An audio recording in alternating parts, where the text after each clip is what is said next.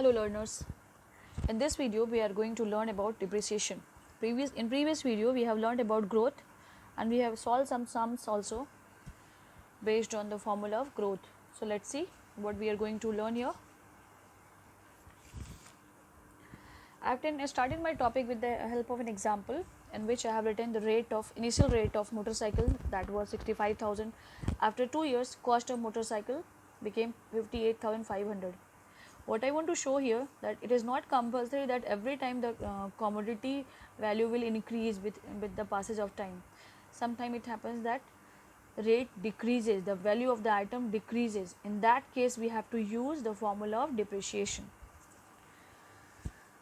Do you think value of every commodity grows?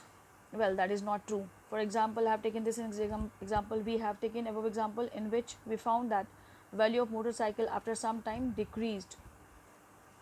Now, why does the value of motorcycle or scooter not increased? This is because motorcycle is being used. Some person has used, all the machines are now it is used, it is not a new item. Okay, for 2 years, and motorcycle became old as well as used also. That's why value of motorcycle decreased.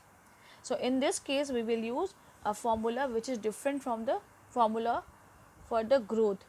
Hence we found that it is not compulsory that every commodity or entity the value will increase after given time. Sometime the value decreases also. The value can also decrease. In this case growth is negative. Here you can see the growth is negative. What I want to say, you see, if we are going to compare with the help of the growth formula, we can say that 65,000 became 58,500. Previously 2 years ago cost of the motorcycle was 65,000 and now it is 58,500.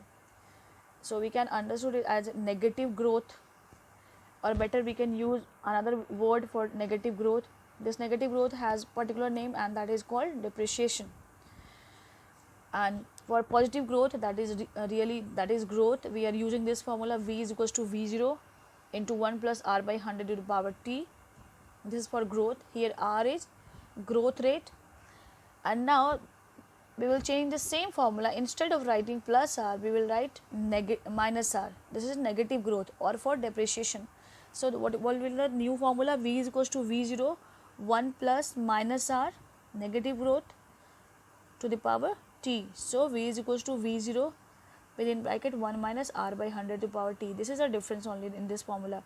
As I told you, this formula derived from the formula of amount A is equals to p into 1 plus r by 100 to the power t. So here is growth, and this formula derived from this formula. When there is growth is negative or there is fall in rate, then v is equals to v0 into 1 minus r by 100 to the power t. Here r is depreciation rate.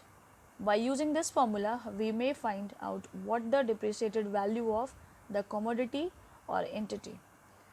When initial value, depreciated rate and time taken to depreciate is given, then we can find out the value of the item after depreciation.